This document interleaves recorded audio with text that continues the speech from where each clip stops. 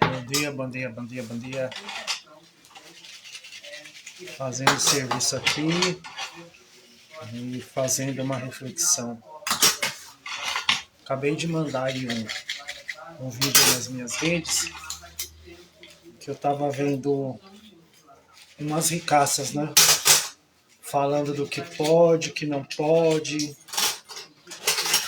num casamento, né? Você pode desconvidar um convidado que você convidou, se a madrinha pode usar a mesma roupa, a mesma cor que a outra madrinha. Se você pode desconvidar uma pessoa que você chamou para padrinho ou madrinha de casamento, né? Essas paradas aí. Aí eu me lembrei de uma situação há mais de quase 40 anos que eu passei com um amigo de infância. A gente fez um combinadinho, né? Coisa de criança, adolescente, sei lá, eu nem lembro que idade que eu tinha, mais ou menos, mas eu acho que eu já era pré-adolescente. E já contei aqui no vídeo, mas você dá uma olhadinha lá, que eu comecei a fazer umas reflexões, né? Acabei de sofrer 2 infartos agudos, e comecei a fazer algumas reflexões, e entre elas não guardar mais certas coisas que eu guardei durante toda a minha vida, e isso acabou me trazendo depressão, pânico e uma série de coisas, né? E o resultado, o corpo responde, né? O corpo está respondendo agora com problemas cardíacos. Então, vou compartilhar com vocês e deixar aqui, né? Que um dia, quando eu me for, pelo menos vai estar aqui, né? Se alguém acessar as minhas redes aí, vai tá tudo aí. No Instagram, Facebook, no YouTube, sei lá. Um dia alguém vai se utilizar disso. São coisas que ninguém fala, né? Que ninguém nunca nos falou. Então eu tive uma vida muito complicada, cheia de carências e tal. E eu sempre fui muito dependente emocionalmente, né? E eu tenho que me cuidar, porque às vezes eu fico na dependência de certas coisas, né? Eu não tive a figura do meu pai, eu não tive a presença do meu pai. Isso me trouxe traumas e problemas que eu carrego até hoje, né? A ausência do afeto do pai, do sobrenome do meu pai, de família. Não tenho avó, não tenho avô, não tenho tio, não tenho tia, não tenho prima. Então, isso daí trouxe muitas coisas, né? Muitas necessidades emocionais e muitas dependências, né? E então, eu me apegava muito fácil, e acho que ainda me apego muito fácil às pessoas, né? E fico esperando mesmo, meio que incondicionalmente, intencionalmente, uma resposta a essa carência interna que eu tenho. E que eu estou aprendendo a lidar com ela. Tanto que eu estou aqui conversando com você sobre. Aí eu estou num contexto lá na Zona Norte de São Paulo, com um monte de moleques, às vezes com os mesmos problemas do que eu também, uns com pai, família, e outros não. E eu sempre tive a tendência de me aproximar das pessoas rejeitadas, porque de uma certa forma eu era rejeitado também, né? Preto, magro, pobre, morador de maloca, então rejeitado por todo mundo, rejeitado pela grande maioria das pessoas e tal. Então eu fui me juntar com os meus iguais. Então a minha tendência era sempre estar com os iguais, com os gordos, com os magros, com os orelhudos, saca? Então eu sempre me aproximei desse tipo de pessoa. Os meus círculos de amigos eram esses, né? Aí eu tinha um amigo que ele era considerado loucão, já faleceu já, peru. Ele gostava de som, e eu gosto de som também. Aí ele ligava as caixas dele lá, a gente ficava lá até altas horas da madrugada, ouvindo som. Eu dormia às vezes no Fusquinha velho que ele tinha estacionado lá na casa dele lá. A gente colocava a vitrola lá com um monte de disco, ficava lá. Então essa daí era a minha vida. E aí eu tive alguns amigos, né, nesse período aí, nessa natureza aí. Amigos que eram rejeitados porque tinha alguma coisa não, não normal, não normal na sociedade, né? Ou era pobre, né? E a gente está lá, tô falando de zona norte de São Paulo, onde é periferia, só mora preto, né? Mas às vezes tinha alguns lá que conseguiram comprar sua casa, então tinha determinado status, né, de ricão, porque a gente morava em cômodos, né, alugado. Zona norte era periferia, agora que tá top, né?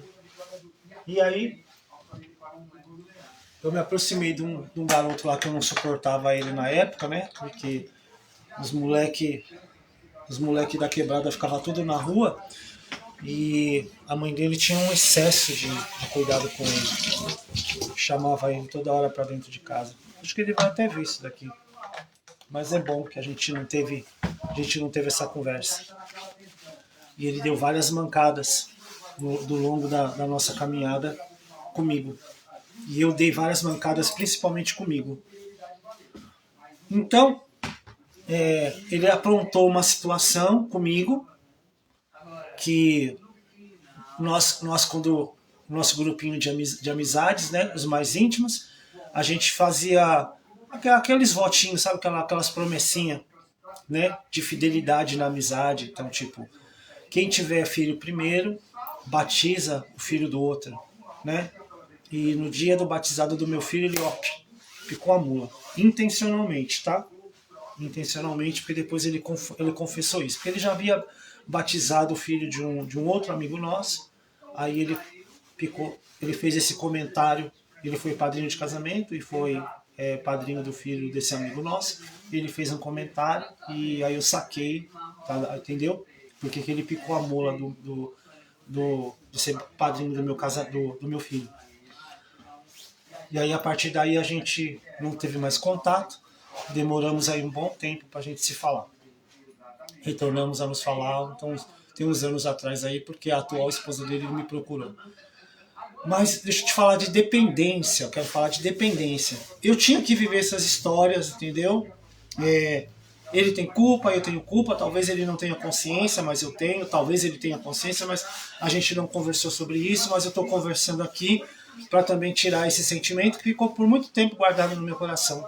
Eu passei praticamente quase que 20 anos ou mais distante dele, sofrendo, porque eu tinha um carinho muito grande por ele. Ainda tenho, mas agora é mais comedido. Eu ficava o tempo todo ensaiando um dia de poder conversar com ele, tentar entender, tal, mas não, esse dia não rolou. Rolou da gente se reencontrar, mas não, esse papo não rolou e não tô falando aqui com você, porque hoje ele deve ter mais ou menos a minha faixa de idade também, e tem os perrengues dele e tal, tem os problemas dele e tá tudo bem. O importante é que eu fiz terapia. Então, continuando, depois você vê a história aí do batizado do meu filho, ele deu um Pelé em mim, ele deu Pelé também quando ele começou a namorar com uma garota, e essa garota aí era meia.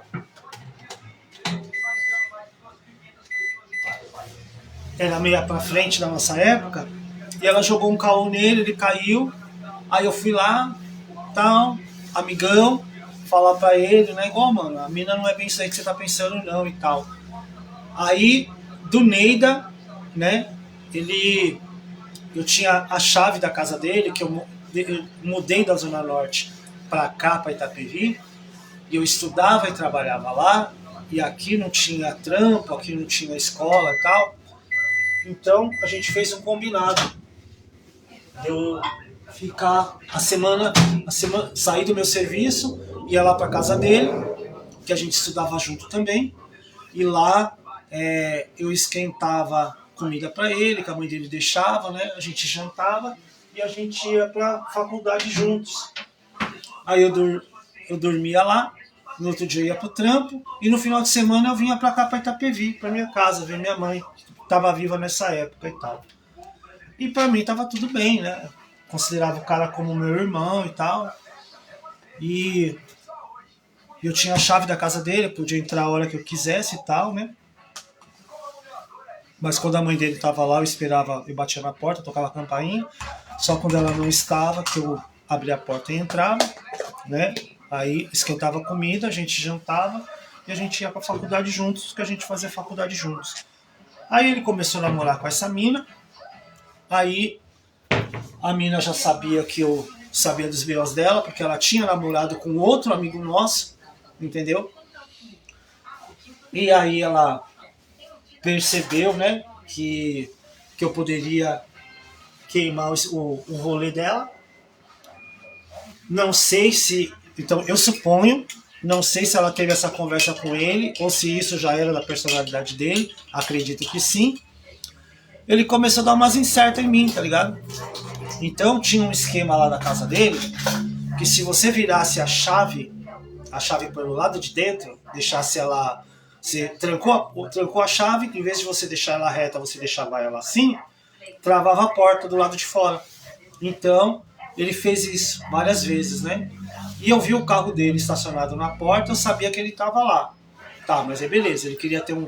Aí eu na minha cabeça de adolescente, de jovem, adolescente, eu falei, bom, ele queria ter um momento íntimo com ela, e de repente chegando lá, abrindo a porta, eu poderia...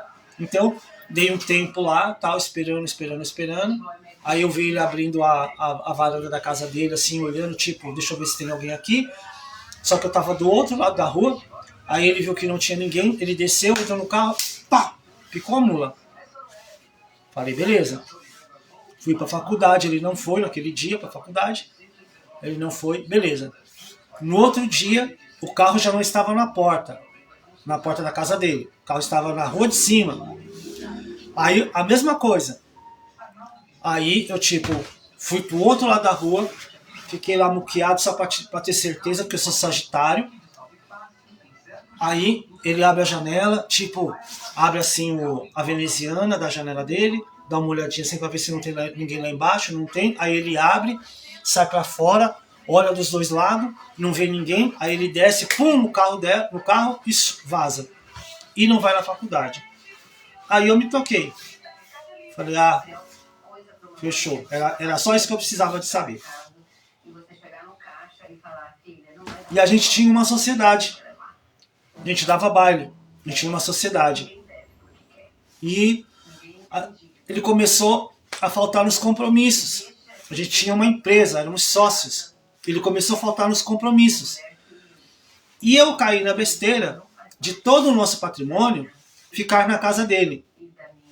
Eu caí na besteira de tudo aquilo que nós começamos a fazer enquanto nós éramos jovens, pré-adolescentes, tudo aquilo que nós conquistamos junto, trabalhando juntos de office boy, guardando dinheiro e comprando isso, comprando aquilo, aí ele foi para um emprego melhor, óbvio, porque ele é branco, né? Então ele foi para um emprego melhor, eu ainda continuei como office boy, continuei ainda no subemprego, ele foi para um emprego legal, começou a ganhar legal, ele falou assim, vamos fazer o seguinte, vamos pegar tudo isso aqui que a gente montou, vamos colocar em consignação e a gente começa a renovar o nosso material, porque eu trabalho numa empresa que dá essa facilidade, eu trabalho numa empresa de som e vai ficar mais barato para mim. Aí os outros meninos, os outros 5, eram 5 sócios, a gente concordou com ele e falou, beleza. Ele pegou tudo aquilo que a gente conquistou, comprando todo mundo junto, pagando igual, deu como parte de pagamento e comprou tudo no nome dele. Tá sacando o rolê? Então todo o nosso equipamento agora era compartilhado, mas documentado, estava tudo na mão dele. E ficava na casa dele.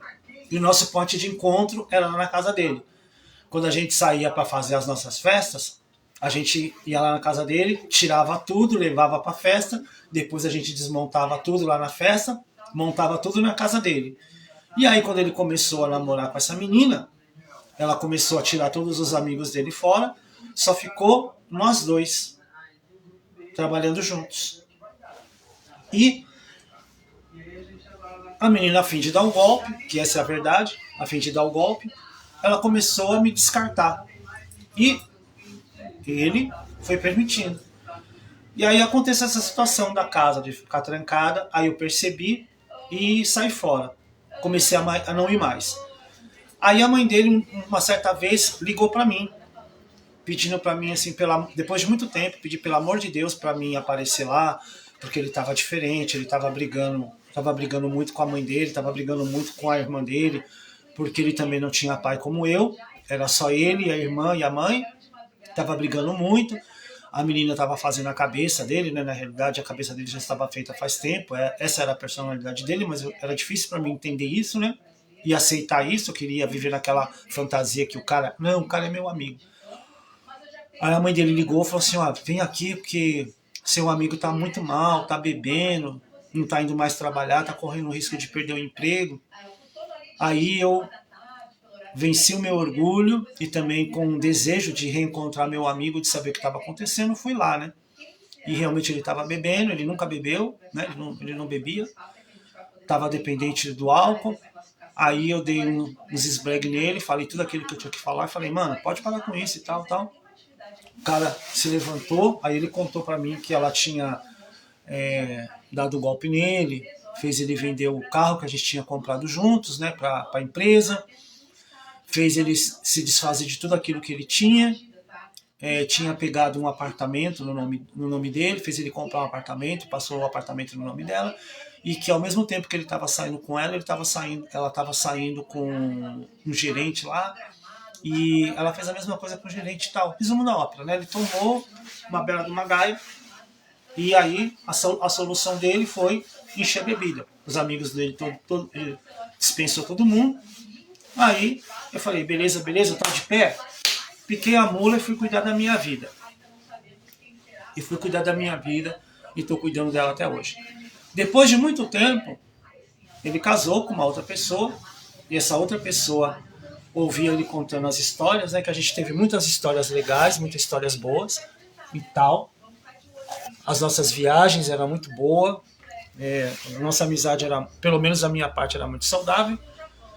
E que eu quero dizer para você agora, uma constatação que eu tive agora, faz pouco tempo, quando eu comecei a lembrar algumas coisas, que eu fui o amigo, eu fui o melhor amigo dele, ele nunca foi meu amigo, entendeu? Pode ser que você está passando por essa situação, você ama demais a pessoa, mas você não se ama, entendeu? Você é amigo demais da pessoa, mas você não é amigo de si mesmo, tá ligado? Então é sobre isso que eu estou falando aqui contigo. Essa é a concepção de tudo que eu cheguei esses dias. E aí eu parei de sofrer, né? Porque eu sofria pra caramba porque ele era meu amigo, ele era meu confidente, ele era a pessoa que eu abria dos meus sentimentos, que eu contava essas coisas que eu tô falando pra você aqui agora, né? Expunha as minhas fragilidades, porque eu não podia ser frágil a tal ponto de ter falta do meu pai, ter falta do abraço do meu pai, ter falta do conselho do meu pai. Então era muito difícil naquela época a gente abrir essas coisas, falar essas coisas, porque tudo era conotação sexual, né? E ele começou a namorar com uma menina que é nossa amiga, até hoje, ela é minha amiga. E recentemente essa moça, que já é uma mulher, ela conversando comigo, ela falando, cara, olha onde você chegou, olha onde eu cheguei. Hoje ela é uma empresária, casada, tem família. Ela falou assim, olha onde você chegou, onde eu cheguei. O que está acontecendo com o nosso amigo lá? Ele não quer mais conversar com a gente. A gente tinha um grupo de WhatsApp que a gente chama todos os amigos da infância. A gente troca ideia, conversa, fala das músicas que a gente dançava e tal. E ela foi namorada dele. Ele também, assim, terminou o namoro com ela do nada, né? Terminou o namoro assim dela do nada, simplesmente sumiu, não apareceu mais na vida dela. E eu tinha muita amizade com ela na época que eles namoravam e tal, torcia pra caramba que eles ficassem juntos, né? E aí ela me falou uma coisa. Ela falou assim: olha onde você chegou, amigo. Olha onde você chegou sozinho. Porque você muito se anulou por conta desse nosso amigo em questão. E esse nosso amigo em questão, ele só te usou. Você só foi uma escada, um degrau. Porque ele não conhecia nada daquilo que você propôs para ele fazer, que era na parte de som, né? De ser DJ. Saca? A empresa, nós vamos fazer curso de contabilidade juntos, aprendemos coisas juntos, eu ensinava para ele muita coisa, ensinei a ele, levei ele para as festas, entendeu? Aí eu comecei a lembrar disso essa semana. Falei, como a gente se limita, né? Como a gente se permite. E o motivo de eu estar fazendo esse vídeo agora é que eu acabei de fazer uma reflexão no meu WhatsApp.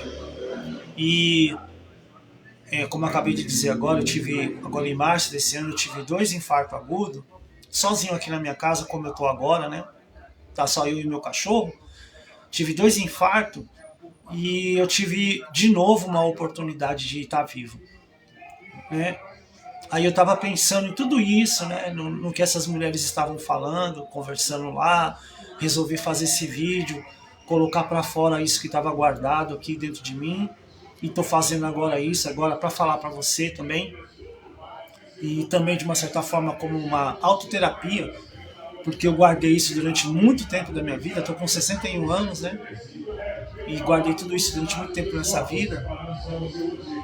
Essa frustração, esse sentimento, sabe, não sei nem te explicar, não sei nem te nominar. Mas agora eu tô bem, não tô sentindo nada não, agora eu tô de boa. Mas eu resolvi compartilhar. Porque eu comecei, como eu estava te falando, comecei a escrever um pensamento, uma reflexão lá no meu status do WhatsApp sobre o hoje, o amanhã e o ontem. O presente, o passado e o futuro. O passado, ele não existe. Ele já existiu. Tudo que eu vivi ficou lá atrás. Só tenho lembranças. É palpável, físico. Não tem como a gente viver isso aqui. O amanhã vai acontecer. É uma projeção. Não existe. Entendeu? O que existe é o hoje, é o agora.